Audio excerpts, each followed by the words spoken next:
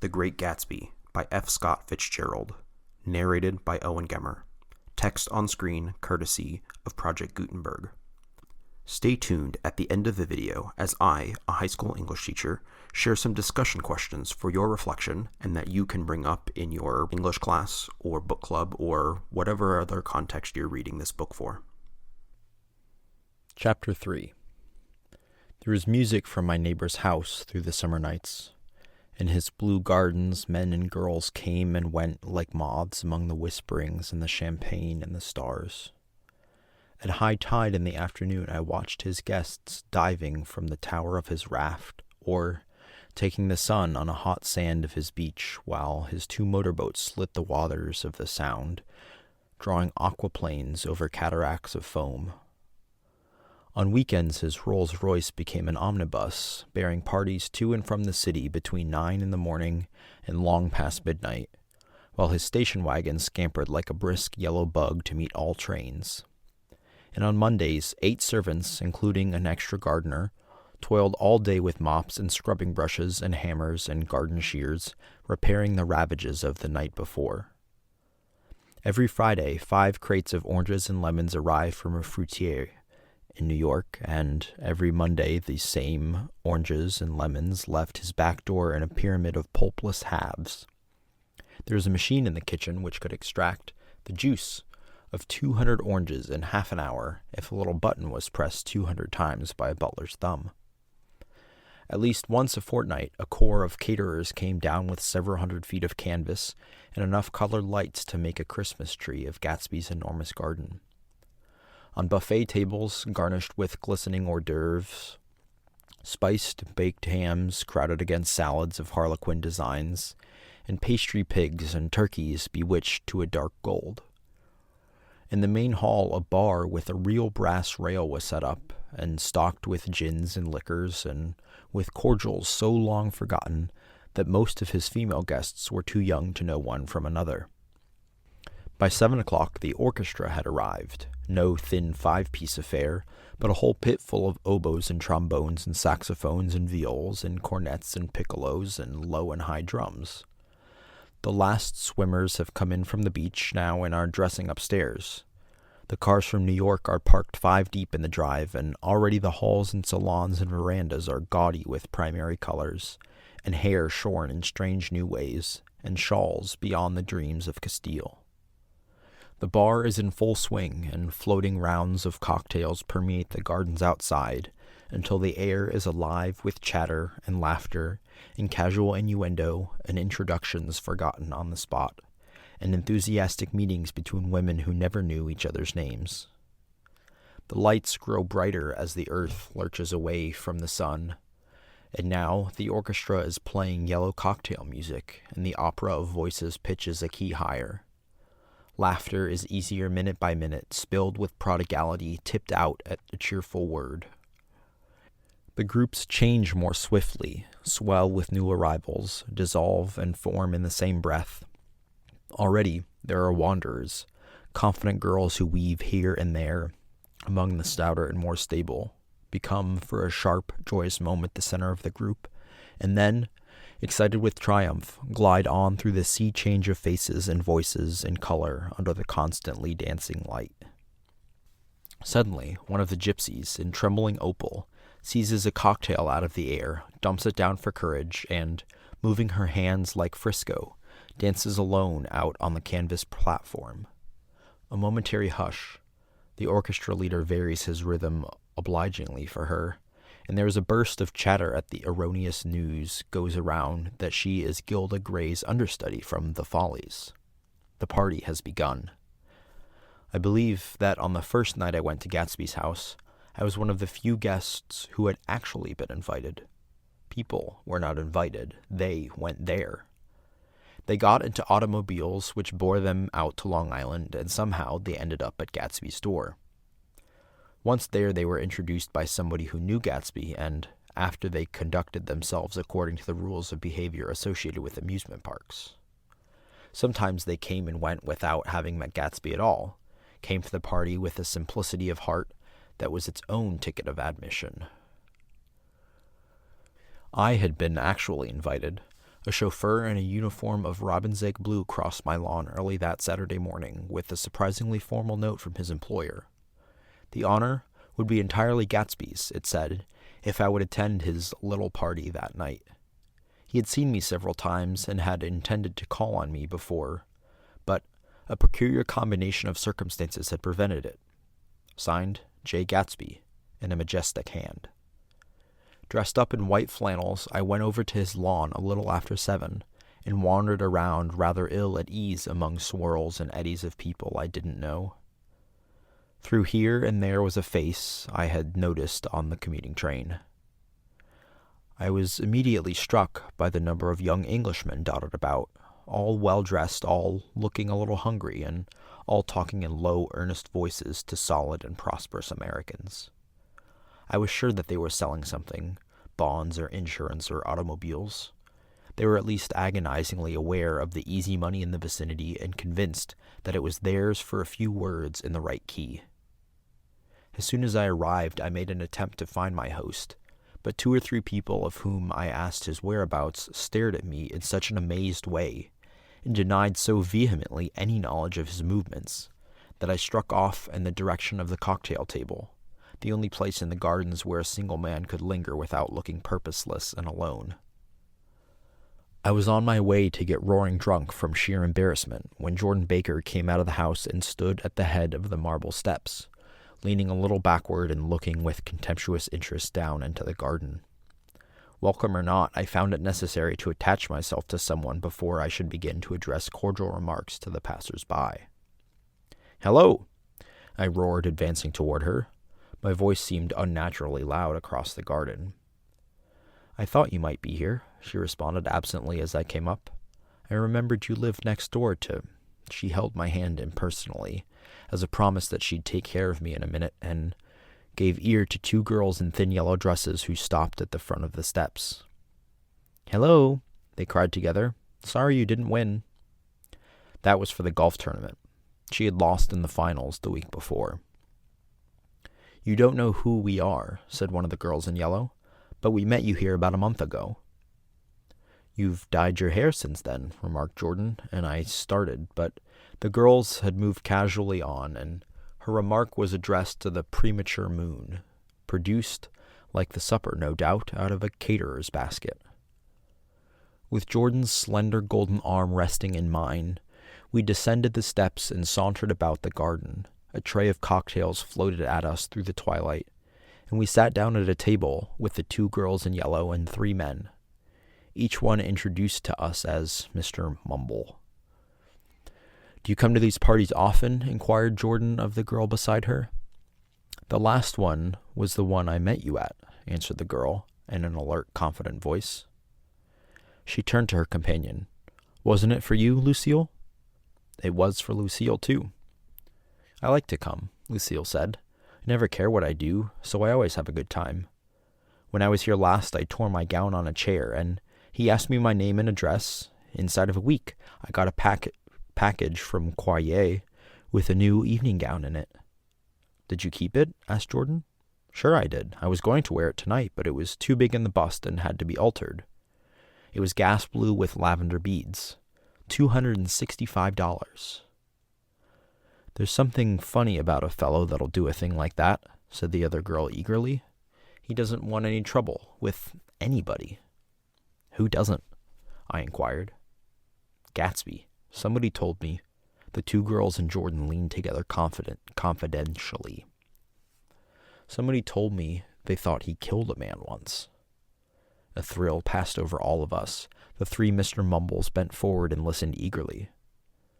"I don't think it's so much that," argued Lucille skeptically. "It's more that he was a German spy during the war." One of the men nodded in confirmation.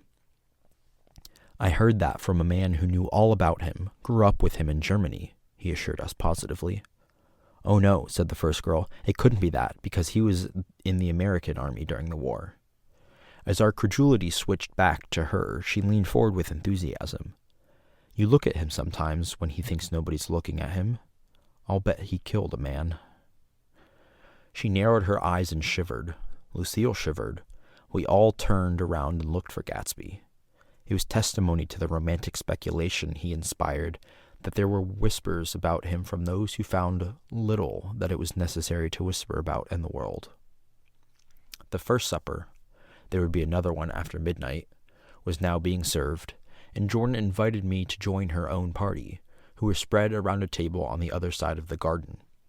There were 3 married couples and Jordan's escort, a persistent undergraduate given to violent innuendo and obviously under the impression that sooner or later Jordan was going to yield him up her person to a greater or lesser degree.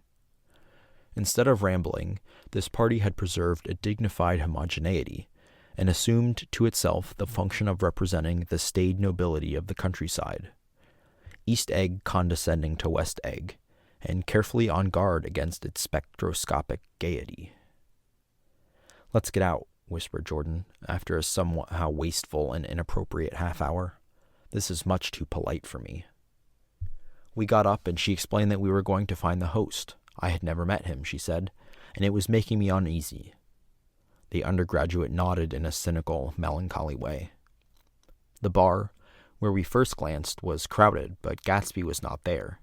She couldn't find him from the top of the steps, and he wasn't on the veranda. On a chance, we tried an important-looking door and walked into a high Gothic library, paneled with carved English oak, and probably transported complete from some ruin overseas. A stout, middle-aged man with enormous owl-eyed spectacles was sitting somewhat drunk on the edge of a great table, staring with unsteady concentration at the shelves of books. As we entered, he wheeled excitedly around and examined Jordan from head to foot. "What do you think?" he demanded impetuously. "About what?" He waved his hand toward the bookshelves. "About that. As a matter of fact, you needn't bother to ascertain. I ascertained. They're real." "The books?" He nodded. "Absolutely real. Have pages and everything. I thought they'd be a nice durable cardboard. Matter of fact, they're absolutely real. Pages and... Here, let me show you." Taking our skepticism for granted, he rushed to the bookcases and returned with Volume 1 of the Stoddard Lectures. "See?" he cried triumphantly. "It's a bona fide piece of printed matter. It fooled me. The fellow's a regular Belasco. It's a triumph. What thoroughness, what realism. Knew when to stop, too. Didn't cut the pages, but... What do you want? What do you expect?" He snatched the book from me and replaced it hastily on the shelf, muttering that if one brick was removed from the whole library, it was liable to collapse. "Who brought you?" he demanded. "Or did you just come? I was brought. Most people were brought."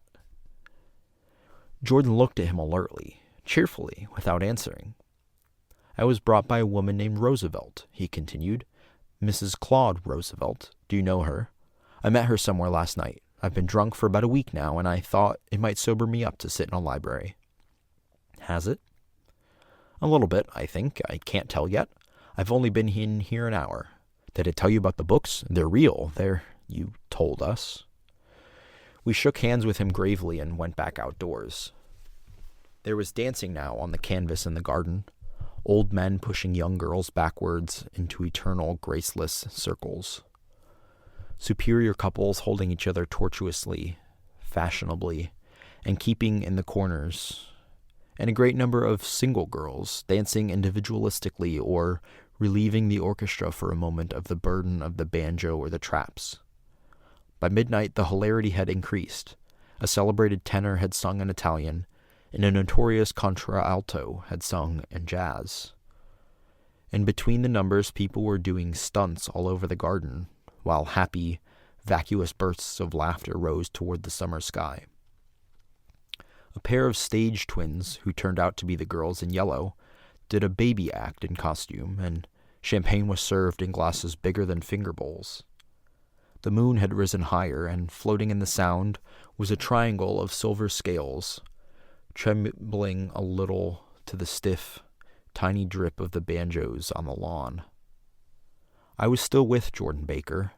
We were sitting at a table with a man about my age and a rowdy little girl who gave way upon the slightest provocation to uncontrollable laughter. I was enjoying myself now. I had taken 2 finger bowls of champagne, and the scene had changed before my eyes into something significant, elemental, and profound. At a lull in the entertainment, the man looked at me and smiled. "Your face is familiar," he said politely. "Weren't you in the 3rd Division during the war?" "Why, yes. I was in the 28th Infantry. I was in the 16th until June 1918. I knew I'd seen you somewhere before." We talked for a moment about some wet, gray villages in France. Evidently, he lived in this vicinity, for he told me that he had just bought a hydroplane and was going to try it out in the morning. "Want to go with me, old sport? Just near the shore along the Sound?" "What time?" "Any time that suits you best."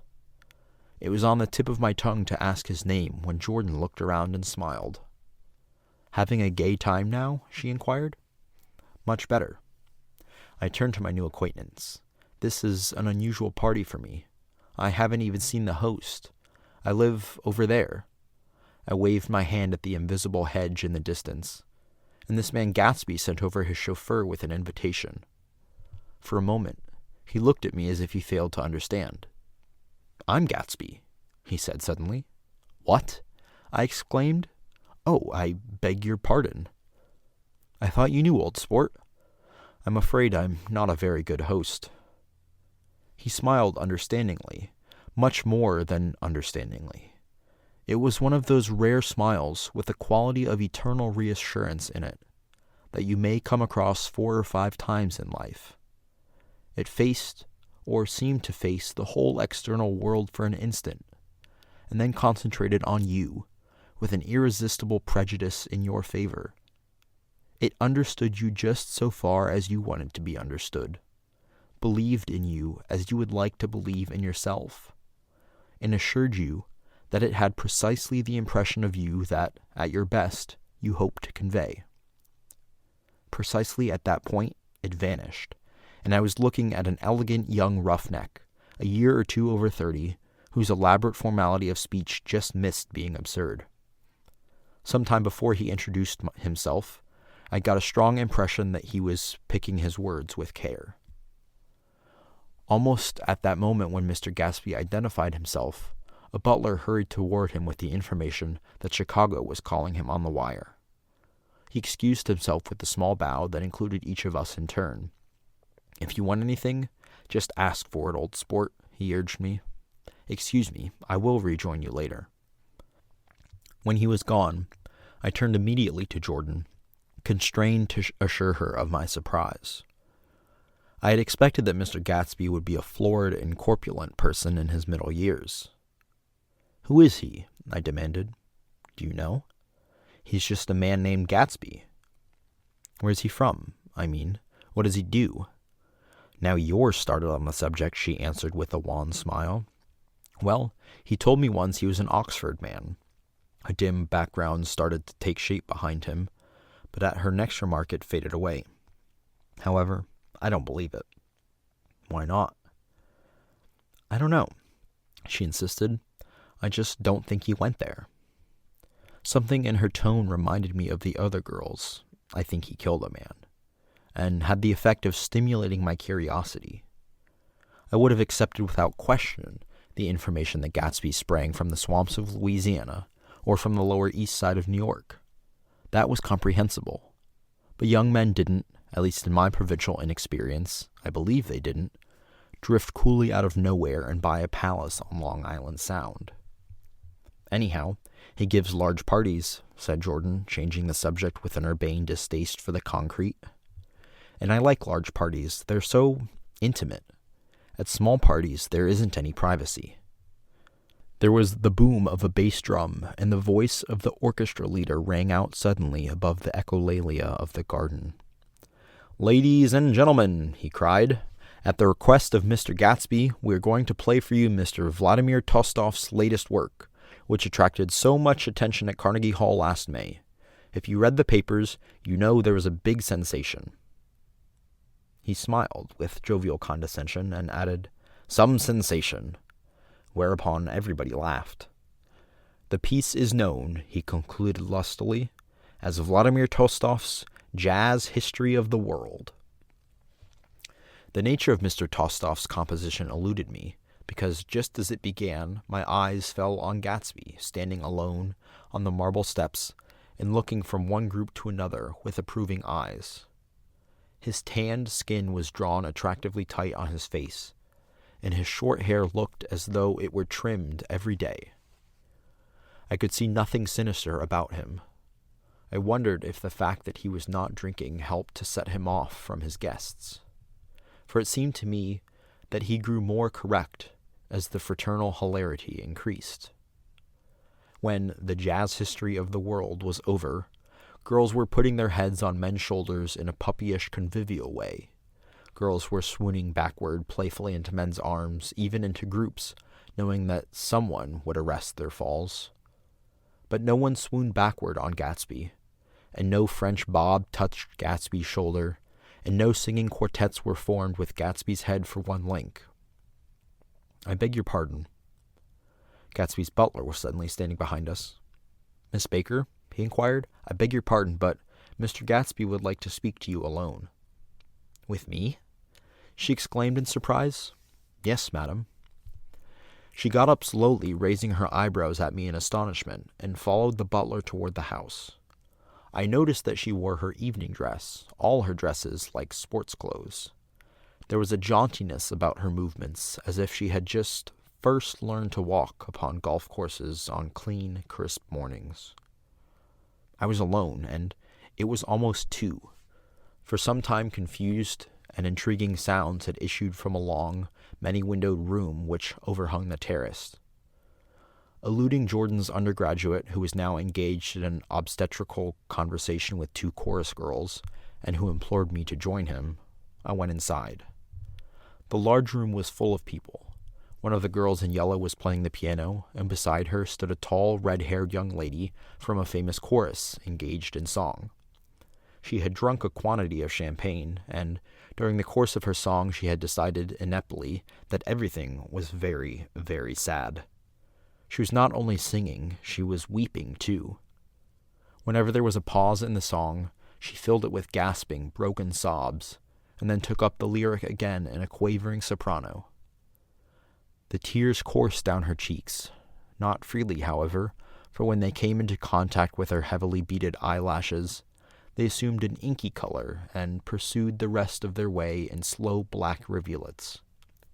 A humorous suggestion was made that she sing the notes on her face, whereupon she threw up her hands, sank into a chair, and went off into a deep vinous sleep. "She had a fight with a man who says he's her husband," explained a girl at my elbow. I looked around. Most of the remaining women were now having fights with men said to be their husbands. Even Jordan's party, the quartet from East Egg, were rent asunder by dissension. One of the men was talking with curious intensity to a young actress, and his wife, after attempting to laugh at the situation in a dignified and indifferent way, broke down entirely and resorted to flank attacks. At intervals, she appeared suddenly at his side like an angry diamond and hissed, "You promised," into his ear. The reluctance to go home was not confined to wayward men. The hall was at present occupied by 2 deplorably sober men and their highly indignant wives. The wives were sympathizing with each other in slightly raised voices. "Whenever he sees I'm having a good time, he wants to go home. Never heard anything so selfish in my life. We're always the first ones to leave. So are we." "Well, we're almost the last tonight," said one of the men sheepishly. "The orchestra left half an hour ago." In spite of the wives' agreement that such malevolence was beyond credibility, the dispute ended in a short struggle, and both wives were lifted, kicking, into the night. As I waited for my hat in the hall, the door of the library opened, and Jordan Baker and Gatsby came out together. He was saying some last word to her, but the eagerness in his manner tightened abruptly into formality as several people approached him to say goodbye. Jordan's party were calling impatiently to her from the porch, but she lingered for a moment to shake hands. "I just heard the most amazing thing," she whispered. "How long were we in there?" "Why, about an hour." "It was simply amazing," she repeated abstractedly. "But I swore I wouldn't tell it, and here I am tantalizing you." She yawned gracefully in my face. "Please come and see me. Phone book. Under the name of Mrs. Sigourney Howard. My aunt. She was hurrying off as she talked. Her brown hand waved a jaunty salute as she melted into her party at the door. Rather ashamed that on my first appearance I had stayed so late, I joined the last of Gatsby's guests, who were cluttered around him. I wanted to explain that I'd hunted for him early in the evening and to apologize for not having known him in the garden. "Don't mention it," he enjoined me eagerly. "Don't give it another thought, old sport." The familiar expression held no more familiarity than the hand which reassuringly brushed my shoulder. "And don't forget, we're going up in the hydroplane tomorrow morning at 9 o'clock. Then the butler behind his shoulder. "Philadelphia wants you on the phone, sir." "All right, in a minute. Tell them I'll be right there. Good night." "Good night." "Good night." He smiled, and suddenly there seemed to be a pleasant significance in having been among the last to go, as if he had desired it all the time. "Good night, old sport. Good night." But as I walked down the steps, I saw that the evening was not quite over. 50 feet from the door, a dozen headlights illuminated a bizarre and tumultuous scene. In the ditch beside the road, right side up, but violently shorn of one wheel, rested a new coupe which had left Gatsby's Drive not 2 minutes before. The sharp jut of a wall accounted for the detachment of the wheel, which was now getting considerable attention from half a dozen curious chauffeurs. However, as they had left their cars blocking the road, a harsh, discordant din from those in the rear had been audible for some time, and added to the already violent confusion of the scene. A man in a long duster had dismounted from the wreck, and now stood in the middle of the road, looking from the car to the tire, and from the tire to the observers in a pleasant, puzzled way. "See?" he explained. "It went in the ditch." The fact was infinitely astonishing to him, and I recognized first the unusual quality of wonder, and then the man. It was the late patron of Gatsby's library. "How'd it happen?" He shrugged his shoulders. "I know nothing whatever about mechanics," he said decisively. "But how did it happen? Did you run into the wall?" "Don't ask me," said Owl Eyes, washing his hands of the whole matter. "I know very little about driving, next to nothing. It happened, and that's all I know." "Well, if you're a poor driver, you oughtn't to try driving at night." "But I wasn't even trying," he explained indignantly. "I wasn't even trying." An odd hush fell upon the bystanders. "Do you want to commit suicide? You're lucky it was just a wheel, a bad driver, and not even trying." "You don't understand," explained the criminal. "I wasn't driving. There's another man in the car." The shock that followed this declaration found voice in a sustained "Ah!" As the door of the coupe swung slowly open, the crowd, it was now a crowd, stepped back involuntarily, and when the door had opened wide, there was a ghostly pause. Then, very gradually, part by part, a pale, dangling individual stepped out of the wreck, pawing tentatively at the ground with a large, uncertain dancing shoe. Blinded by the glare of the headlights and confused by incessant groaning of the horns, the apparition stood swaying for a moment before he perceived the man in the duster. "What's the matter?" he inquired calmly. "Did we run out of gas?" "Look." Half a dozen fingers pointed at the amputated wheel. He stared at it for a moment, and then looked upward as though he suspected it had dropped from the sky. "It came off," someone explained. He nodded. "At first I didn't notice we'd stopped." A pause. Then, taking a long breath and straightening his shoulders, he remarked in a determined voice, "Wonder if tell me where's the gasoline station?"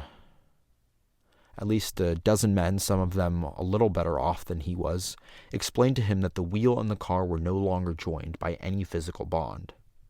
"Back out," he suggested after a moment. "Put her in reverse." "But the wheel's off." He hesitated. "No harm in trying," he said.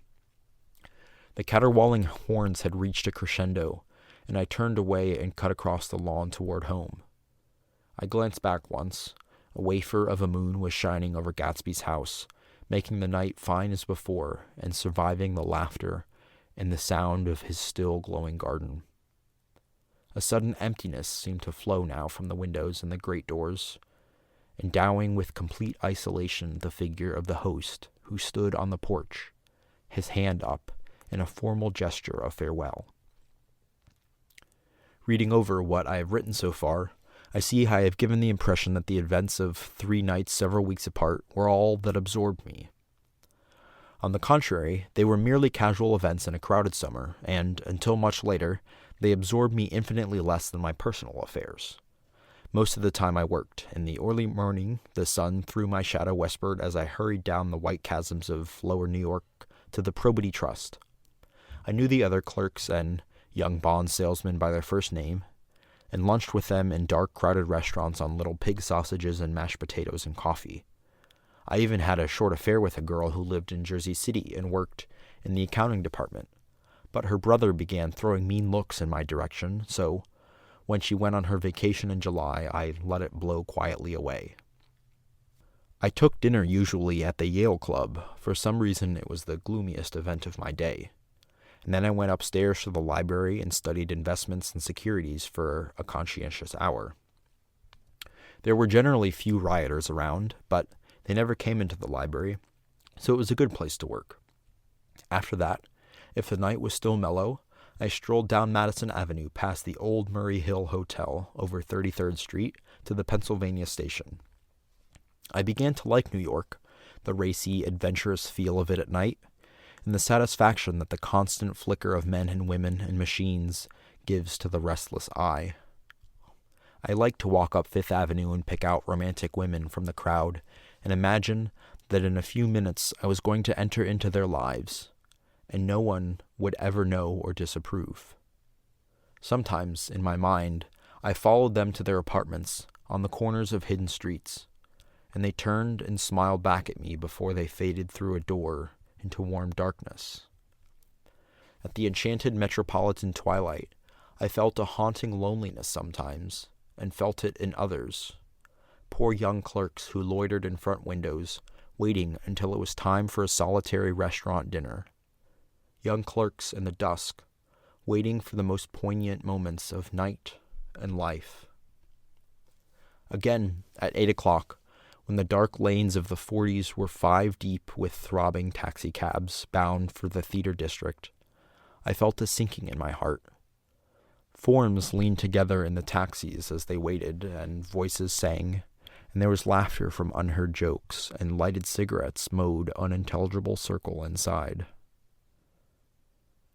Imagining that I, too, was hurrying toward gaiety and sharing their intimate excitement, I wished them well. For a while I lost sight of Jordan Baker, and then, in midsummer, I found her again. At first I was flattered to go places with her because she was a golf champion, and everyone knew her name. Then, it was something more. I wasn't actually in love, but I felt a sort of tender curiosity. The bored, haughty face that she turned to the world concealed something. Most affections conceal something eventually, even though they don't in the beginning. And one day I found what it was. When we were on a house party together up in Warwick, she left a borrowed car out in the rain with the top down, and then lied about it. And suddenly, I remembered the story about her that had eluded me that night at Daisy's. At her first big golf tournament, there was a row that nearly reached the newspapers. A suggestion that she had moved her ball from a bad lie in the semifinal round. The thing approached the proportions of a scandal, then died away. A caddy retracted his statement, and the only other witness admitted that he might have been mistaken. The incident and the name had remained together in my mind.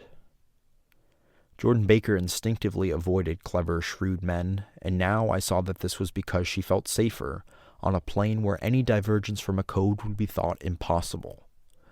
She was incurably dishonest. She wasn't able to endure being at a disadvantage, and, given this unwillingness, I suppose she had begun dealing in subterfuges when she was very young in order to keep that cool, insolent smile turned toward the world and yet satisfy the demands of her hard, jaunty body. It made no difference to me. Dishonesty in a woman is a thing you never blame deeply. I was casually sorry, and then I forgot. It was on that same house party that we had a curious conversation about driving a car. It started because she passed so close to some workmen that our fender flicked a button on one man's coat. "You're a rotten driver," I protested. "Either you ought to be more careful or you oughtn't to drive at all." "I am careful." "No, you're not." "Well, other people are," she said lightly. "What's that got to do with it?" "They'll keep out of my way," she insisted.